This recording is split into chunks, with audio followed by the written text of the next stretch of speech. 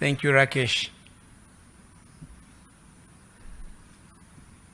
Huyu Rakesh, Rais ndio aliyekuwa na ile tuwaweza ile. Ndio huyu alikuwa anatuponda sana.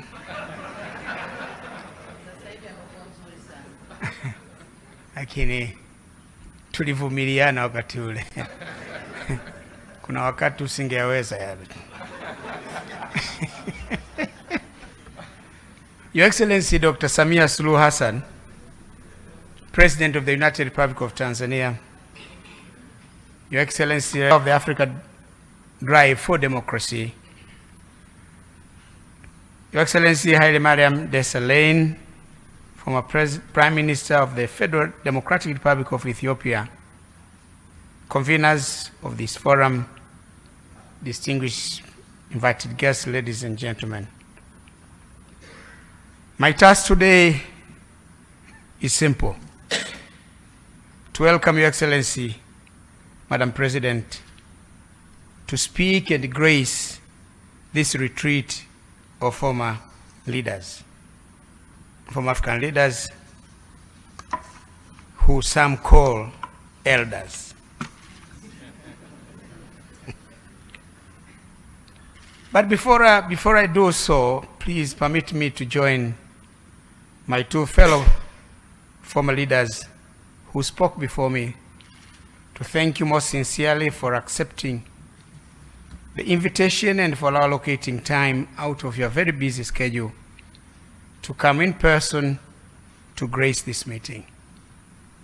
It means a lot to about a dozen of us who are part of this initiative.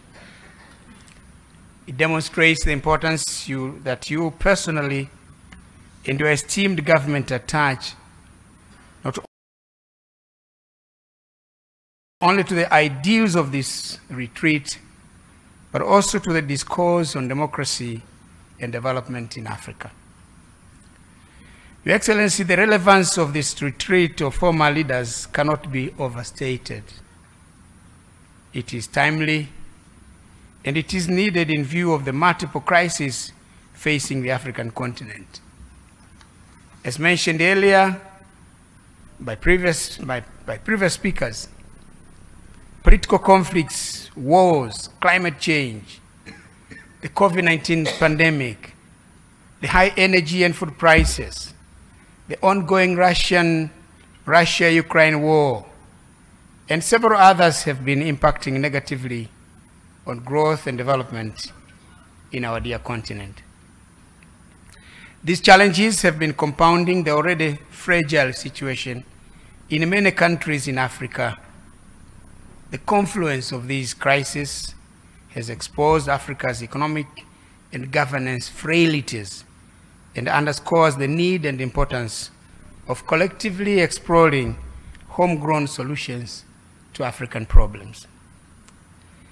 As a former leader myself, I can rightly testify that sitting African leaders have a pivotal role to play in addressing these challenges. It is their primary responsibility, but I believe also that former leaders can play a role in this regard. They are well connected with both the past and the present, and can contextualize existing challenges and share their reflections of past experiences with existing readers. At this juncture, I would like to take this opportunity to commend my fellow former leaders, His Excellency Ernest Bai Koroma, the former president of Sierra Leone, and for being the flag bearer of this wonderful initiative. President, we thank you. Also, His Excellency Haile Mariam, former Prime Minister of the Federal Democratic Republic of Ethiopia, who is participating, like me, for the first time. As already mentioned, His Excellency Joachim Chissano, former president of the Republic of Mozambique, will join us later.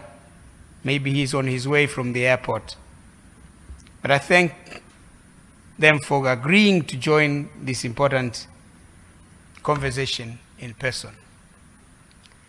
But I thank the chair, President Koroma. We have been whispering. I've been trying to, well, why are you laughing? You know, I've been trying to make him agree that Arusha becomes the seat of this initiative.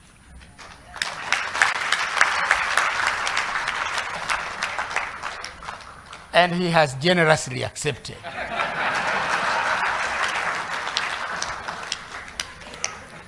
So, Prime Minister, if the chairman have said yes, can you say no? I already said it. Then it's done. In the same vein, I commend the other 9 leaders who have joined this initiative. They were supposed to be with us, but could not for various reasons. Some are joining us virtually, enabled and facilitated by modern advances in information and communications technology.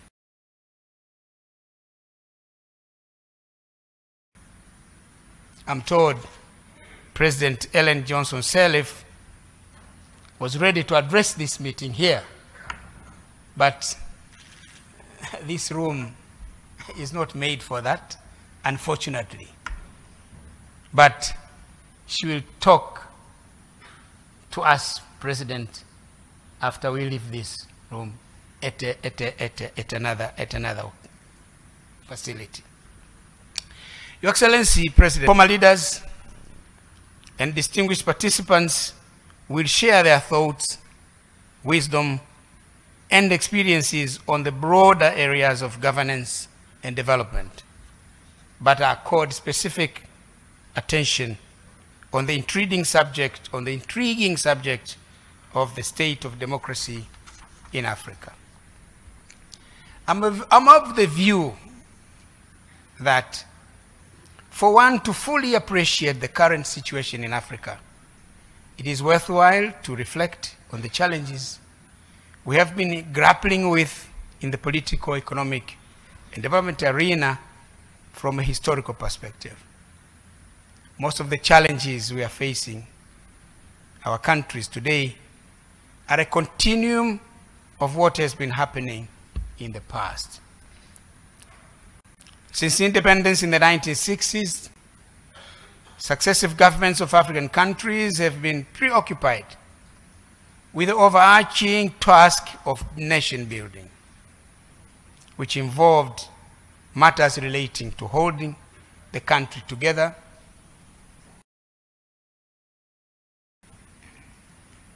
as you know, President, and all the distinguished participants, Africa is the only country that the borders are arbitrary. No continent in the world has borders like ours, like ours. They are straight line, which means the borders are not natural. It appears that somebody was holding a rope on one side and the other on this end, drawing a line.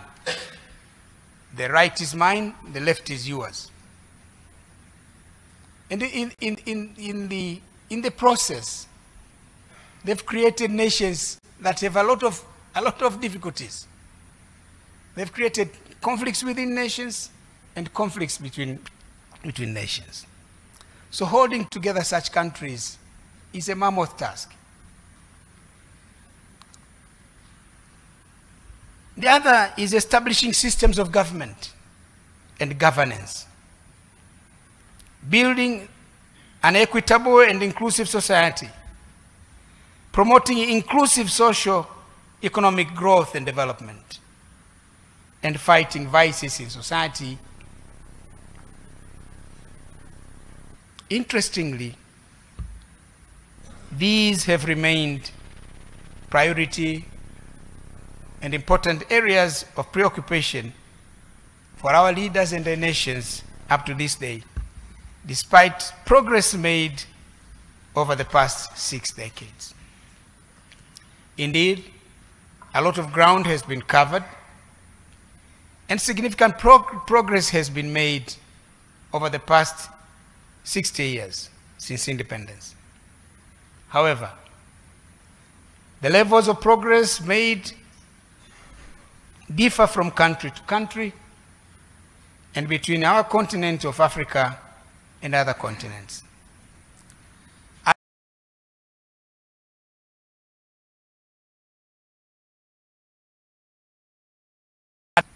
On democracy in Africa and other aspects of nation building, of the nation building agenda. We are doing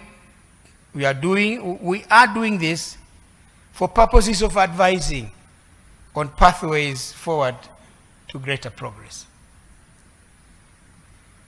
Your Excellency President, my fellow former leaders, ladies and gentlemen, each country has a different story to tell as far as the nation building project is concerned.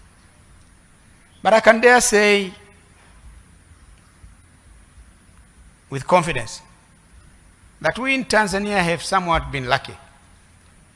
In many ways, it is thanks to the vision and efforts of our founding fathers, Mwalimu Julius Nyerere, the first president of the Republic of Tanganyika, and later the first president of the United Republic of Tanzania, and Sheikh Abeid Aman Karume, the first president of the People's Republic of Zanzibar, and later the vice president of the United Republic of Tanzania. They laid a firm and strong foundation upon which successive generations of leaders, me included, have continued to advance the nation building project in our country. Now we are proud, we are a proud nation of 61 million people, made up of 126 tribes, subscribing to different faith, members of different political parties. I think we have 24 political parties, very democratic. Prime Minister, how many do you have in Ethiopia? 58. 58? You have beaten us.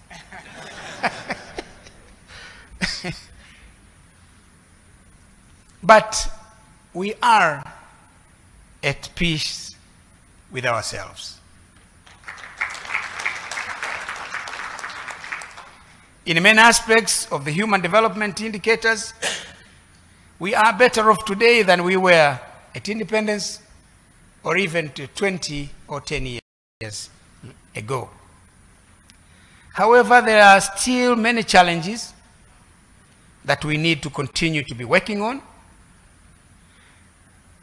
to consummate the goal of a united, stable, democratic, and prosperous Tanzania.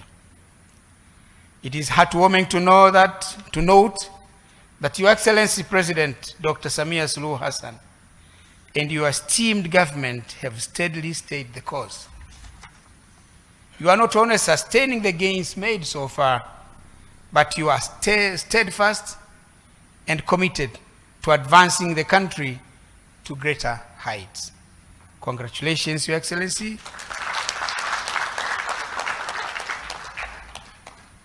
And please continue to do the good work. And just like your motto, kazi iendelee.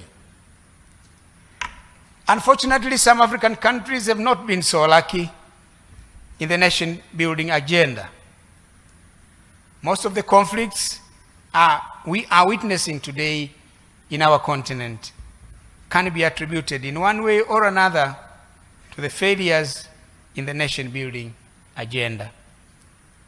It is no surprise that when one looks at many development, democracy, and governance indicators of many institutions, many African countries will be at the bottom half of the list, or at the bottom half of the pecking order. And our motherland, the African continent, collectively will be the least performer. This situation is not acceptable. It has to change. We must hasten the pace of change. We should do everything within our power to do that. Yes, we can. Your Excellency, ladies and gentlemen, as we endeavor to address these common challenges facing our continent, it is important for us as former and current leaders to continue to interrogate, analyze, and express from the African perspectives a way that suits us as Africans. This is precisely what this auspicious gathering sets out to do. I'm hopeful that the debate and deliberations that will ensue in the course of the 2 days will add to the mantra of Africans coming together to forge African solutions to African problems. I beseech my fellow former leaders and I to leverage our experience so that we can embark together on a journey that seeks to realize a prosperous future for Africa, where our continent is integrated, prosperous, democratic, and peaceful. A continent that is driven by its own citizens, representing a dynamic force on the international arena, as is stipulated in OAU's Agenda 2063. Your Excellency, I once again thank you for joining us. And after these many words, it is now my singular honor and pleasure to invite Your Excellency to the podium to deliver your keynote address. We are all ears. Thank you. Karibu sana Mheshimiwa Rais.